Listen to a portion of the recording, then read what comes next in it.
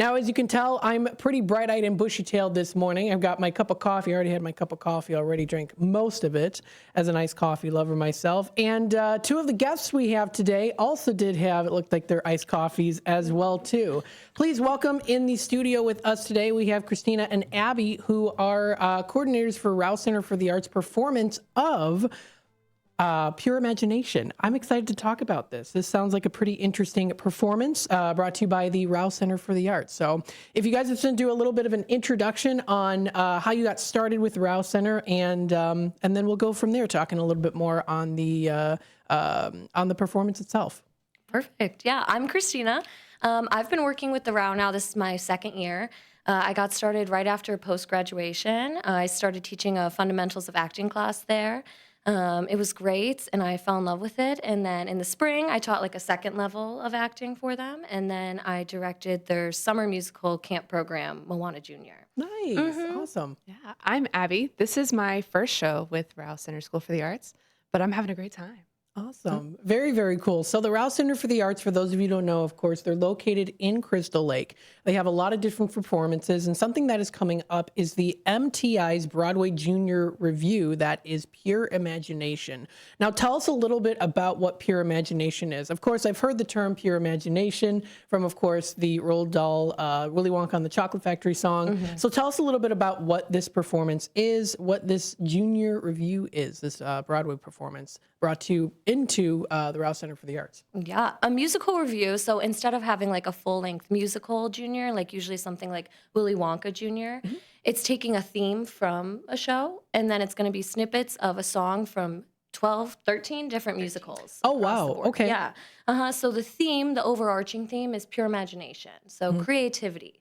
So each song has like a different meaning of imagination for it. So we get to see 13 different songs that the kids perform instead of one big musical. Oh, that's awesome. That's unique, because I don't usually hear a whole lot of that. You know, when it comes to theater performances, it's usually very much on just one show. But now you've got here a bunch of different, you said, was it 13? Yeah. Yeah, that's a lot. So how do you use that then with the performances? What's the runtime on this show, roughly? It will be around 55 minutes to around 60 minutes is what we've been Reaching for, yeah. Okay. Yeah. Okay. Yeah. Now there is. I'm thinking here, because it's a musical. So there's at least one song out of these 13 different musical numbers from different fan favorite shows.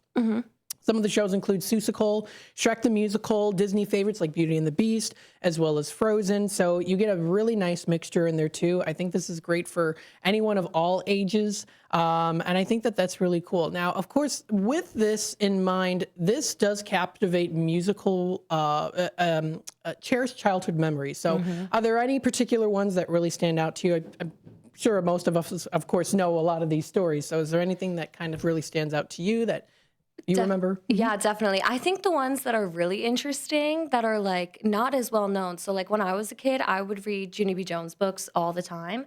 Okay. And there's a Junie B. Jones, the musical song. So I think that brings up a lot of nostalgia for like the production team and the cast. And a lot of the kids, the age range is huge. So it's from ages 7 to 18. So we have a 15-year-old, and we have like a lot of middle schoolers and younger kids.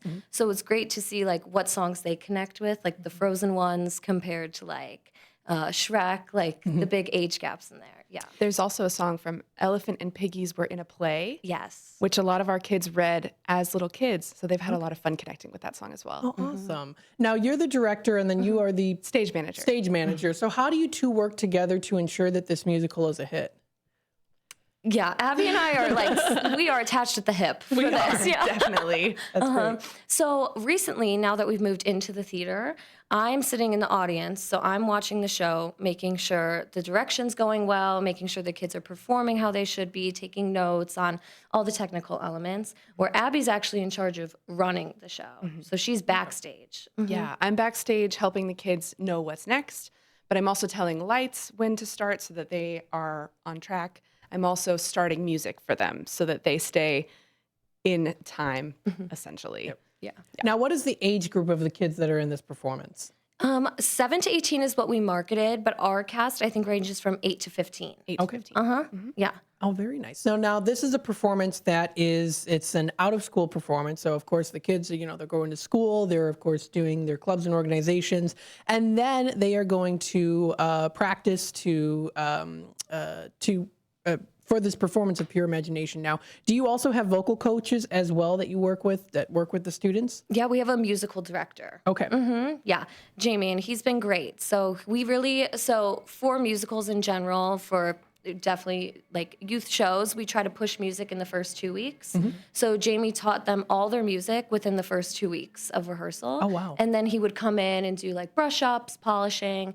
And recently, as we move into the theater, he's there to give vocal notes.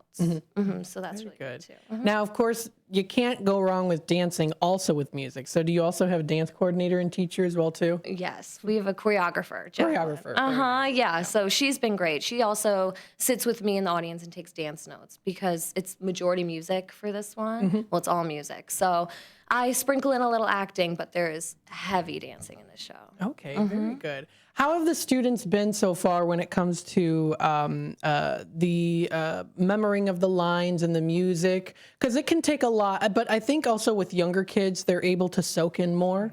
So would you say that that's been something that they have adapted to pretty quickly? I think so. I think they've been learning really quickly, and they've definitely been working at home. They come in understanding what we taught the day before really well. Obviously, they forget things, and so we'll work with them and help them remember, but they've done really well. Very good. Yeah, they had 6 weeks to like rehearse the show and then put it up, which is a big feat for someone who's, like you said, they're in school, they have extracurriculars outside of this, and they're doing this show. So I'm very impressed with how well they're doing. That's awesome. Very cool. Now, here's a question. So there's many of these musicals. There's Shrek, there's Annie Jr., there's Seussical. They're very iconic. So if you could play any character from one of these in a full-length version, what would it be? Ooh, I would want to be Junie B. Jones. Ooh, that's a good one. I think I'd want to be Annie. I think that's like a role when I was little. I was like, oh, I've always wanted to play that. Yeah. But yeah, definitely Annie. Yeah.